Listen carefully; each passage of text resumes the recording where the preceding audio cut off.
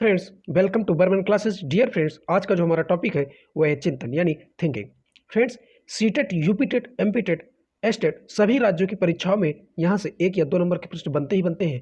तो फ्रेंड्स, इसमें हम पढ़ेंगे कि चिंतन क्या है, इसके प्रकार क्या है, अभिसारी अपसारी चिंतन क्या है, और इसमें लास्ट में हम कुछ महत्वपूर्ण प्रश्न देखेंगे। तो फ्रेंड्स, ये वीडियो आपके लिए बहुत हेल्पफुल होने वाला है, तो आप वीडियो पर अंत तक जरूर बने रहें। और यदि आपने अभी तक हमारे चैनल बर्मन क्लासेस को सब्सक्राइब नहीं किया तो सब्सक्राइब कर लें और बेल आइकन जरूर प्रेस कर लें, जिससे सीटेट यूपीटेट से रिलेटेड जो भी वीडियोज हम डालें उसकी अपडेट आप तक पहुंचती रहे। फ्रेंड्स, साथ ही हम आपको ये भी बता दें कि सीटेट यूपीटेट से रिलेटेड अन्य सभी पेडागोजी विषयवार सभी वीडियोज को देखने के लिए आप बर्मन क्लासेस की प्लेलिस्ट पर विजिट करें, आपको वहाँ बहुत सी वीडियोज मिल जाएंगे। फ्रेंड्स, तो आइए बिना समय बर्बाद किए हम सीधे आज के अपने टॉपिक चिंतन की शुरू।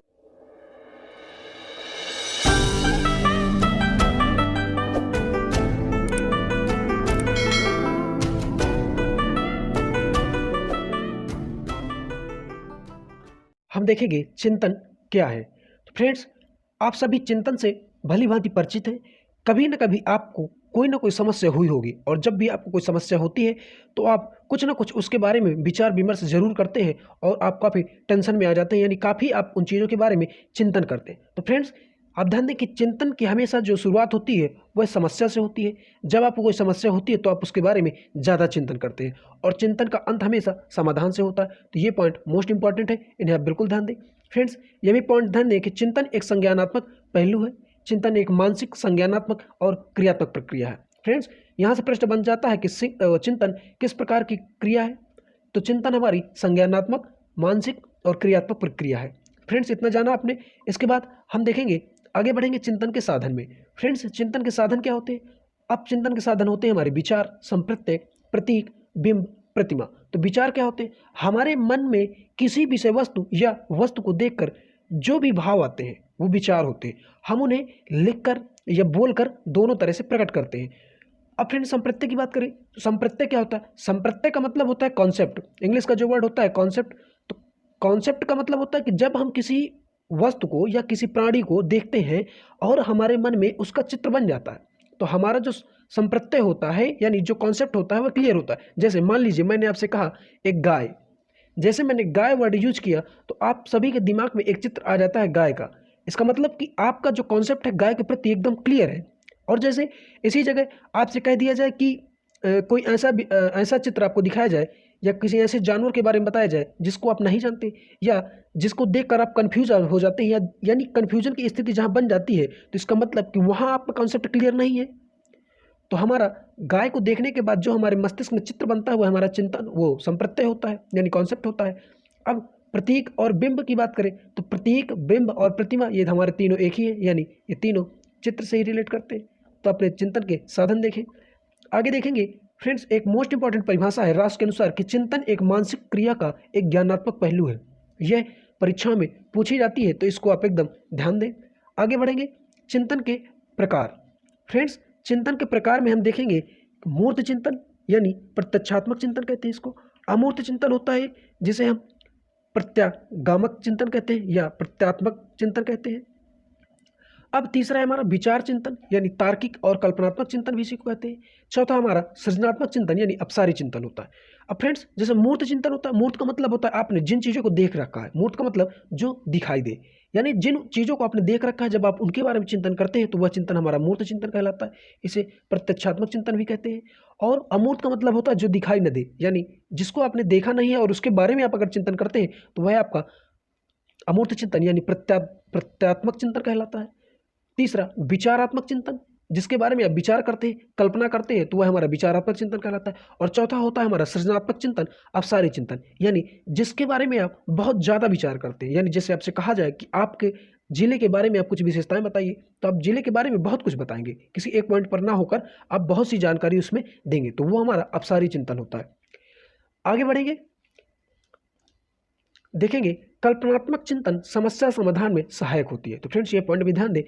इससे पेडागोजी में प्रश्न बनता है कल्पनात्मक चिंतन समस्या समाधान में सहायक होती है। यहाँ से प्रश्न बनता है, देखेंगे कि चिंतन की प्रकृति क्या होती है।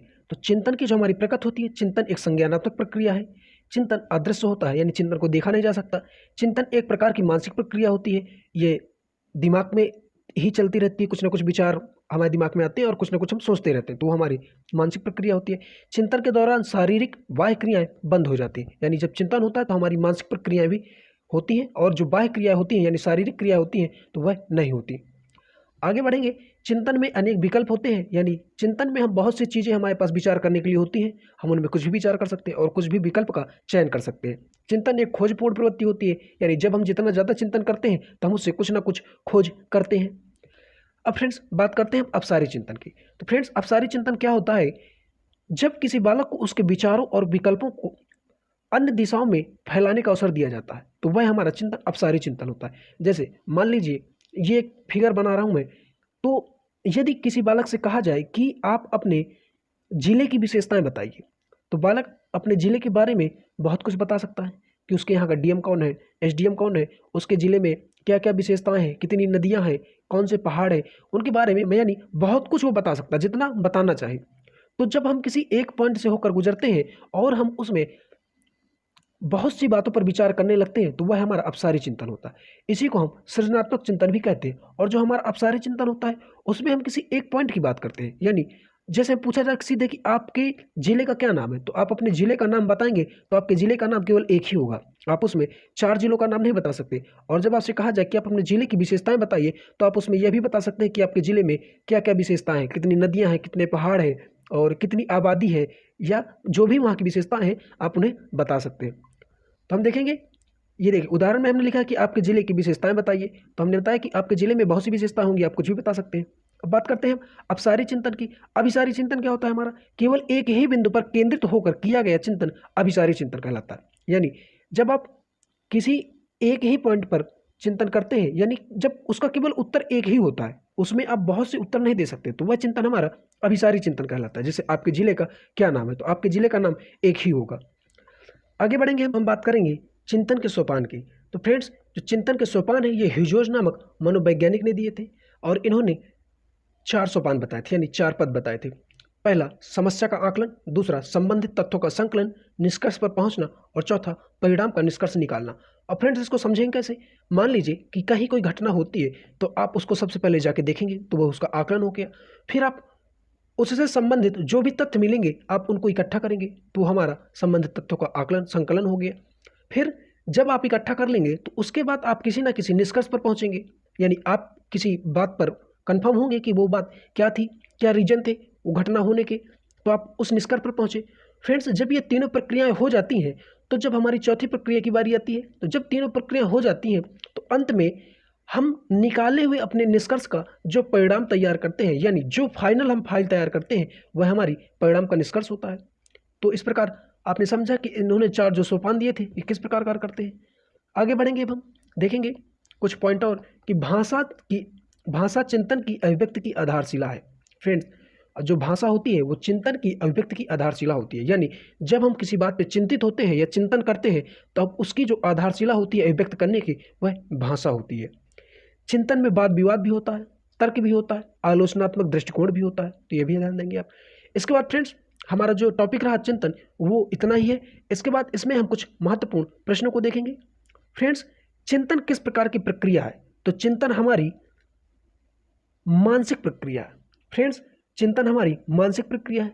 अगर इसकी जगह यह भी आता है कि चिंतन हमारी संज्ञानात्मक प्रक्रिया है तो वह भी हमारा सही है। तो चिंतन हम आप जानते हैं कि चिंतन हमारी मानसिक और संज्ञानात्मक प्रक्रियाएं हैं। आगे बढ़ेंगे, देखेंगे चिंतन की अभिव्यक्ति और इसके माध्यम की आधारशिला माना जाता है। तो अभी मैंने बताया आपको कि चिंतन की जो अभिव्यक्ति और इसकी आधारशिला होती है व्यक्त करने की वह भाषा होती है, यानी भाषा को चिंतन अभिव्यक्त करने की आधारशिला माना जाता है।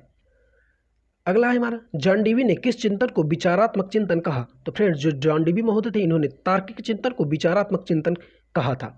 आगे बढ़ेंगे, देखेंगे अगला किस मनोवैज्ञानिक ने चिंतन के सोपान दिए थे? तो फ्रेंड्स अभी आपको ऊपर बताया गया था कि चिंतन के जो सोपान है वो ह्यूजोज नामक मनोवैज्ञानिक ने दिए थे, तो इसका सही उत्तर भी है।